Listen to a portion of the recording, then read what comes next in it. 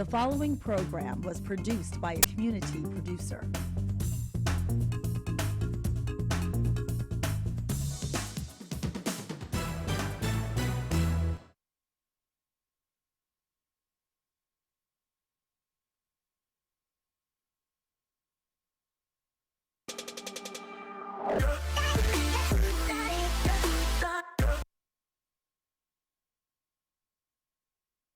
Bienvenidos. Welcome everybody. I'm Coach Julio.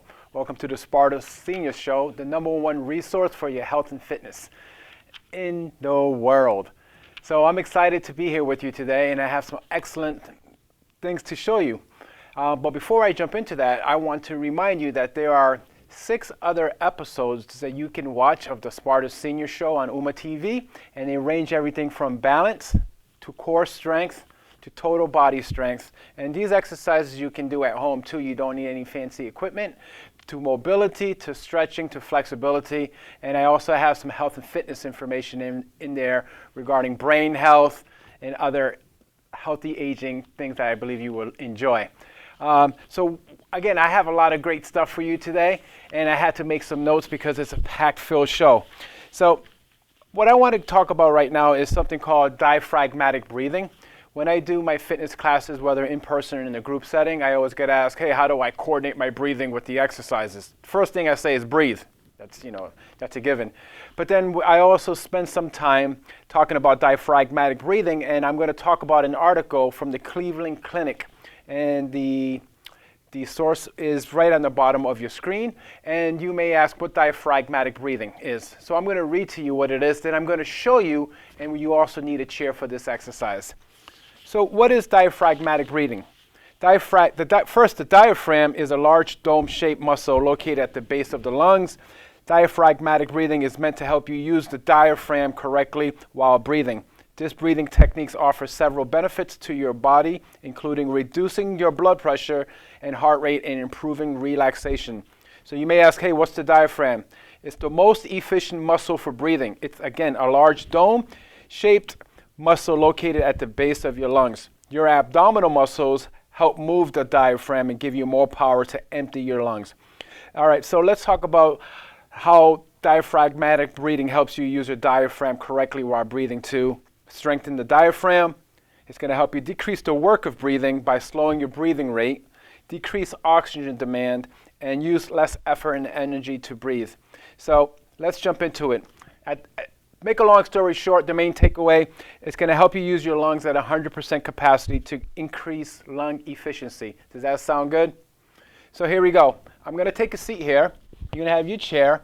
And there's a lot of variations of diaphragmatic breathing and other names such as belly breathing, things to that nature. I'm sitting in the middle of my chair. I'm upright. You are upright.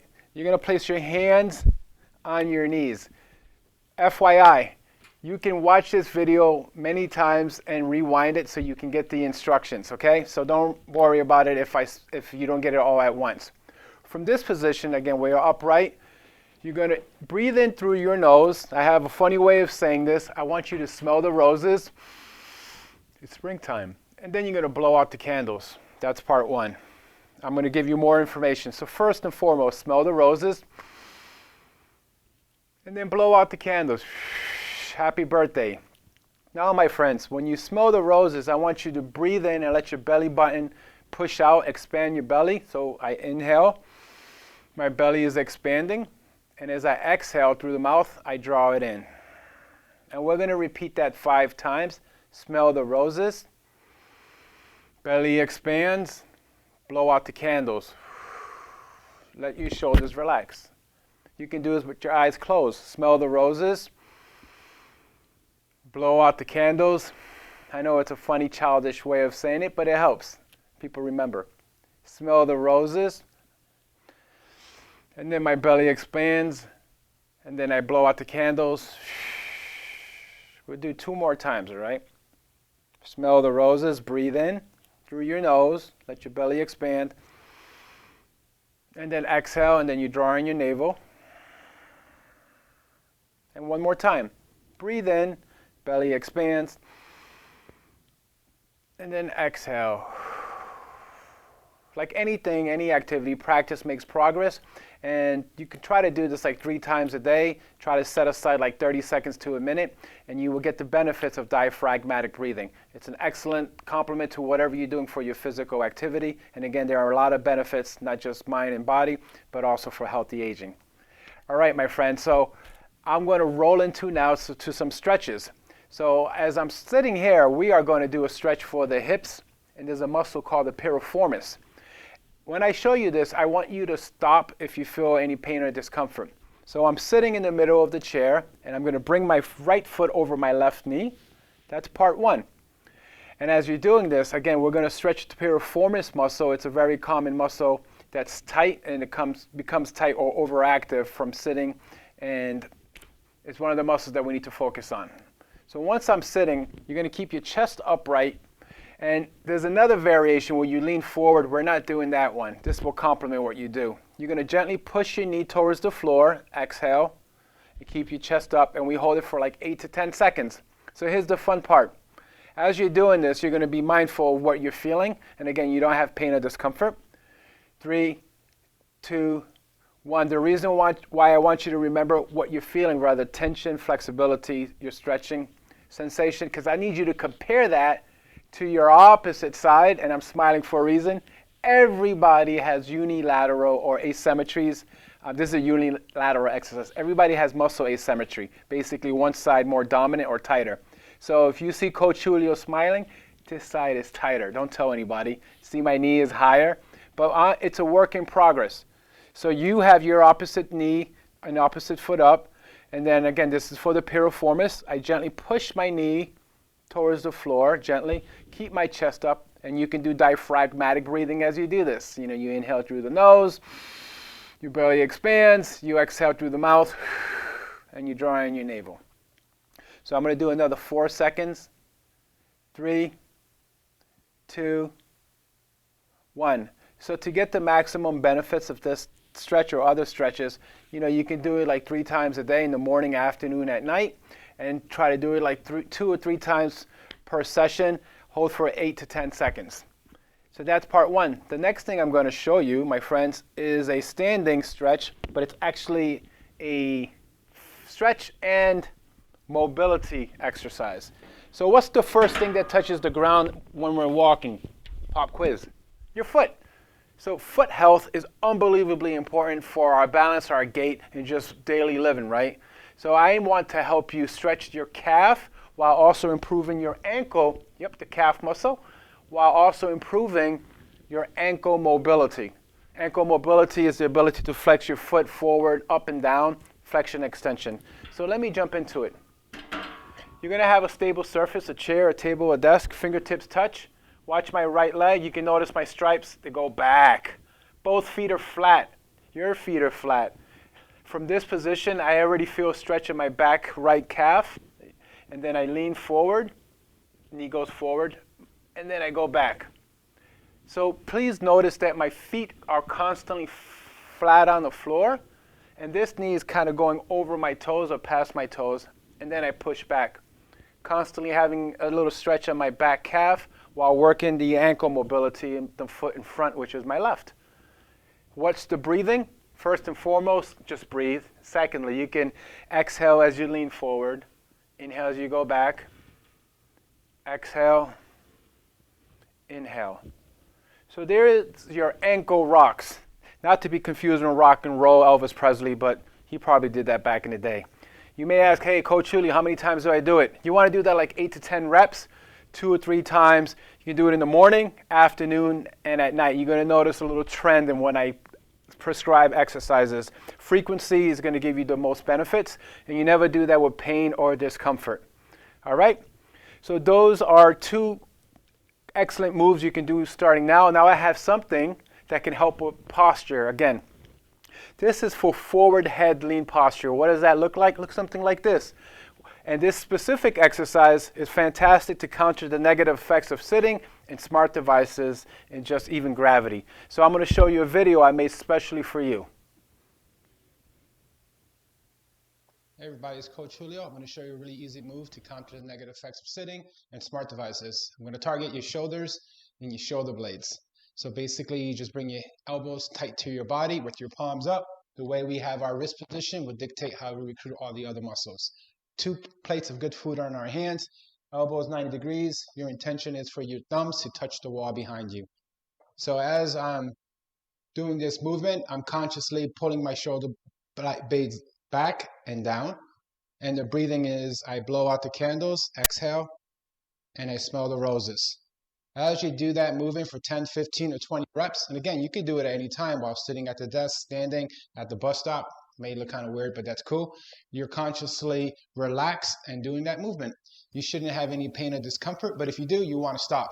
Where should you feel it? Gentle stretch here, and again, it's pulling these muscles here back and down, which we want to do. Pretty simple stuff. Simple, but effective. I'm old school, I love the basics, and if we continue to do the basics, we never have to start over. So now I want to bring up a nice little motivational segment, and it's basically talking about, like, why do you exercise? What is your why for staying active? So what I did, I asked my rock stars at the Malden Senior Center, and I asked them, why do you exercise? So hopefully you are inspired and will get motivated. And if you identify with any of the answers, I hope so too. So let me roll into the video. So this is a SPARTA Senior Strength class at Malden Senior Center, and I'm going to ask,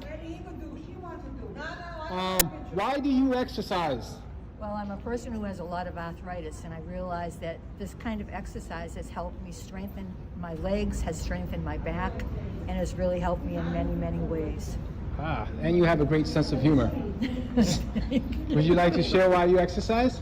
I exercise because I'm much older in age and I don't want to lose my balance. I want to get help here from our great teacher, Julio, nice. because he tells us everything that we are strengthening, no matter whether we do the ropes or whatever we do. And I do it to keep healthy and keep on growing in age. Yeah, your presence is always fantastic here. You bring good energy. Thank you. Anybody here would like to share why, Nancy? I'll get one more person. Why you work out? What's your why? I work out because it keeps you healthy. It keeps you connected to people. The exercise, you're surprised at how much stronger and balanced you are. And we try to work. My sister and I try to work out at least 3 times a day. I know. Even in short spurts. Yeah. Do you want to share your balance story? Balance story. I was with a worker in my basement, and I wasn't paying attention, and I tripped over a wooden lip on the floor, and surprisingly, I stayed upright and I didn't fall. And I attested to coming to class and doing balance exercises. Well, thank you for that. And the balance exercise, as we know, we do ladder, ropes, everything and anything that's good for strength training and just challenges the body. Thank you for sharing. There you go. Still feet don't eat. She got it. She's going all the way. How'd you like that? So what I was trying to say a little bit earlier before the video was that we have more in common regarding why we exercise or why we stay active. So if you're thinking about getting active or returning back to physical activity, or if it's new, I have a suggestion for you. In your community, like in Malden, you can check in with the local senior center or the Department of Recreation in your town or city, and I'm very sure they have a lot of programs that can accommodate all levels of fitness. So today is a fantastic day to reach out and to get active. So now I'm going to help you with an exercise which I call fake jumps. Hear me out, and I'm going to repeat this 3 times. Fake, fake, fake, fake jumps. You're not going to go into the Olympics right now and start dunking. That's for next summer. And why am I going to teach you fake jumps? Because it ties into dynamic balance. Say with me, dynamic balance. I'm going to show you how we can do this, and you can do this from the comfort of your home, but we need to start with some safety tips, okay? You're going to need either a chair or a stable surface around you. It could be a desk, anything like that. So that's first and foremost. Look around the floor, make sure there's nothing around your feet that you can trip over. Secondly, if you feel unsteady on your feet already, you can have people around you, your friends, to help you do this exercise. All right, so this is our time that we learn some new words. Tempo. So tempo is the time it takes to do a movement. What's my setup? Let me back up. I'm really excited, as you can see. So our setup is going to be your legs are hip width apart, your feet are pointing forward. I'm going to show you different profile views so you can get the most out of this. So here's my side view. My legs are hip width apart, my feet are pointing forward. We are going into a quarter squat. That's it, not a half squat, not a full squat. Now, no more looking at my legs, now look at my arms. This is your setup. This is your starting position. So tempo is basically, it takes me 1 second to go onto my toes, and it takes 3 seconds to go down. 3, 2, 1. Notice the arms. Notice my setup back in that quarter squat. So we go up, 1 second, and then it's 3. Say it out loud. 2, 1. So what I'm going to do for you to make you remember this, you're going to go up, but I'm going to say it in Spanish. Es uno, and then tres, dos, uno. My mother will be proud that I'm training in Spanglish. I'll show you a front view. We got a quarter squat. Arms are very important. I go up. It's a 1 second up, and then 3, 2, 1. So safety is number one. You can have something behind you, your bed, your couch. You can have something in front. You would do that like 5 to 8 to 10 reps. Make sure when you're doing this that you are following the rules, not a lot of rules. 3, 2, 1 down, extremely important. Your feet are flat, and then you go on your toes. As you become an expert, you can hold it up for 2 seconds. It will challenge your balance. It will help you with your reaction time, and it's fun for the whole family. I'm going to show you a video of the class doing it, and try not to smile. Jumps. Go. Like it. Nice. Just 5 times. We're counting. 5 times. How many times? So in that class that you saw, it was people with different backgrounds, different capabilities, and also different age groups. Everybody from 60 to non-generians. The one thing that they all have in common is that we all practice safety, and we all follow the guidelines. If you feel that you need a little bit more support, you can reach out to me anytime. So now I'm going to switch gears, and I'm going to talk about an underreported topic, but it's very important, and that's called elder abuse. I'm going to grab my sheet because what I would like to do, I want to read something from the National Council on Elderly Abuse and also from the National Council on Aging, and I have a video for you, but I want to briefly explain why it's important because it's more common than you may even know. So elder abuse is a silent problem that robs seniors of their dignity, security, and in some cases cost them their lives. Up to 5 million older Americans are abused every year, and the annual loss by victims of financial abuse is estimated to be at least $36.5 billion. So the reason why I'm doing this is twofold. First and foremost, educating seniors, professionals, caregivers, and the public on abuse is critical to prevention. And if you're an older adult, you can stay safe by watching this video.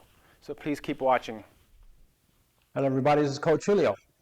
So today I want to discuss an underreported yet very important topic, and that is elder abuse. The information I'm going to share with you comes from the CDC and also the National Council on Aging. I'm going to provide you some statistics, teach you what the signs of elder abuse are, and that's from physical, financial, and emotional. And I'm also will be sharing with you how to report it, and last and not least, how we can prevent it. So let me jump right into it. So what is elder abuse? I'm going to read to you some information from the National Council on Aging. And again, you can learn more about it by visiting their website. Just follow the link. So elder abuse includes physical abuse, emotional abuse, sexual abuse, exploitation, neglect, and abandonment. Perpetrators include children, other family members, and spouses, as well as staff at nursing homes, assisted living, and other facilities. So physical abuse means inflicting physical pain or injury upon an older adult. Emotional abuse means verbal assault, threats of abuse, harassment, or intimidation. Willful deprivation means denying an older adult medication, medical care, shelter, food, a therapeutic device, or other physical assistance, and exposing that person to the risk of physical, mental, or emotional harm, except when the older, competent adult has expressed a desire to go without such care. And then financial exploitation means the misuse or withholding of an older adult's resources by another. So again, you can learn more about the types of abuse from the National Center on Elder Abuse, NCEA, and the website link is right on the bottom of this screen. So how big is the problem? I'm going to read to you from the Center for Disease Control website, and the link is in the bottom of the screen. And again, you can learn more by visiting that website. So how big is the problem? Elder abuse is a serious problem in the United States. The available information is an underestimate of the problem because the number of non-fatal injuries is limited to older adults who are treated in emergency departments. The information doesn't include those treated by other providers or those that do not need or do not seek treatment. Additionally, many cases are not reported because elders are afraid or unable to tell police, friends, or family about the violence. Victims have decided whether to tell someone they are being hurt or continue being abused by someone they depend upon or care for deeply. So I'm going to again just read another snippet from this. I think it's very important. Elder abuse is common. Abuse, including neglect and exploitation, is experienced about 1 in 10 people age 60 and older who live at home. From 2002 to 2016, more than 643,000 older adults were treated in the emergency department for non-fatal assaults, and over 19,000 homicides occurred. So again, this information is available at the CDC website. The link is at the bottom of the screen, and it's just important for me and for us to be aware of the facts and statistics regarding elder abuse. So how does a person make a elder abuse report? If an older adult is in immediate life-threatening danger, you want to call 911. Anyone who suspects that an older adult is being mistreated should contact a local adult protective services offices, long-term care ombudsman, or police. I'm also going to provide here a phone number, which is 1-800-677-1116, and that goes directly to the Elder Care Locator. Website is on the bottom of the screen, and there they can also provide you with that information. The National Council on Aging also has a page, it's on the bottom of the screen, that can also provide you with other hotlines. Now I'm going to share some information from the CDC and how we can prevent elder abuse. Listen to older adults and their caregivers to understand their challenges and provide support. Of course, report abuse or suspected abuse to local adult protective services or long-term care ombudsman or the police. As I had earlier in the video, you can also call 1-800-677-1116 to get you started. Educate oneself and others about how to recognize and report elder abuse, and encourage and assist persons, either caregivers or older adults, having problems with drug or alcohol abuse and getting help. I think this is another important point I want to put in here. Provide overburdened caregivers with support such as help from friends, family, or local relief care groups, adult daycare programs, counseling outlets intended to promote emotional well-being. The older adult population is growing faster in the U.S. than our younger population. Many older adults require care and are vulnerable to violence perpetrated by a caregiver or someone they trust. More research is needed to uncover the cause for and solutions to violence against older adults, but hopefully you find this video helpful, and together we can address and prevent elder abuse. Please post your comments, and thank you. So thank you very much for watching that. As there's no excuse for elder abuse, and together we can prevent it. So we're going to switch gears, and I have something really fun for you. And it's about brain health to improve memory, and it's through some exercises. So basically, before I show you the video, I want to ask you to do this, right? And if you want, there's a whole bunch. On the bottom of this screen, you're going to see something from elder.org, and on that link, there's 25 other games you can do. But together we're going to do this, and I show you a video. So make a fist. I want your right pinky out. Yes, your right pinky, and I want your left thumb up. And what you're going to do is just alternate left pinky, right thumb, right pinky, left thumb. Oh, I probably said it wrong. Try talking and doing this. So what I'm going to ask as you do this, it's only one digit at a time. You're going to blink and you're going to smile. Oh, so see, one digit at a time. And you would do that. Oh, if you think it's easy, try doing it with a group. I guarantee it's going to bring a whole bunch of laughter. So watch the class at the Malden Senior Center doing it also. Enjoy. Your right pinky out. I want your left thumb up only. And then you're going to alternate. Opposite pinky, opposite thumb. What I'm going to ask, and then alternate. I need you to blink. And if you don't blink, it's going to be really creepy.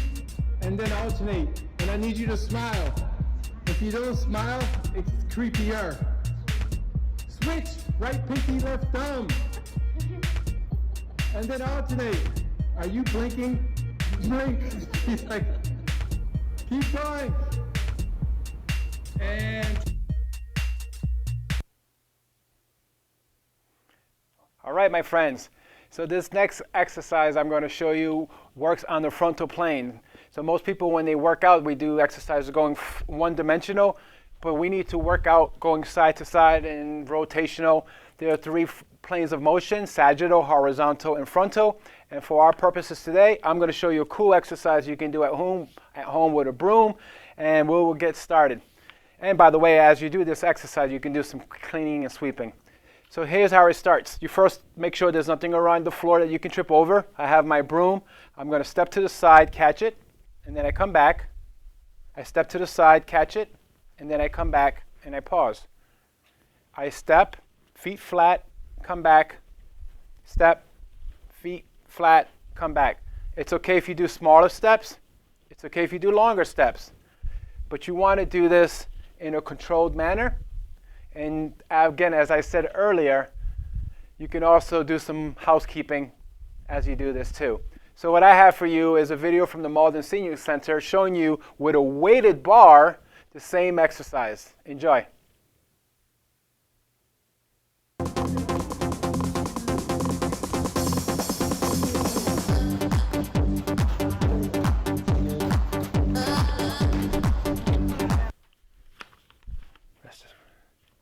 How you like that? Pretty cool, right? So this brings me to the end of our program, where I'm going to talk about and give you an update about the Rest is Rust project.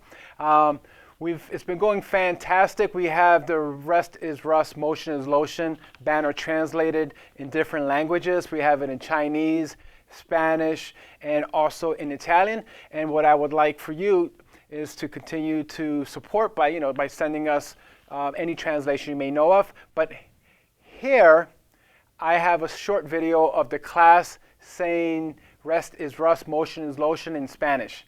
Try not to smile. so we're going to say together as a group these 4 words, which are part of these words. Motion is lotion and rest is rust. And we're going to say all together. The first word. Next word. Notice I'm not saying it. Next word. Next word. We're going to say all together. Say, sing. There you go. Rest is rust, motion is lotion. So again, my friends, if you have translations for rest is rust, motion is lotion, you can email me at the email on the bottom of the screen. That would be greatly appreciated. And I want to take this opportunity to say thank you. And I always like to share this, one of my favorite quotes, which is, always find a reason to laugh. It may not add years to your life, but it surely will add life to your years. You can find me on social medias, my friends, Facebook to Twitter, Instagram, and YouTube. And that's about it. Rest is rust. Send me your ideas for the show at my email. Till next time, be well and stay active.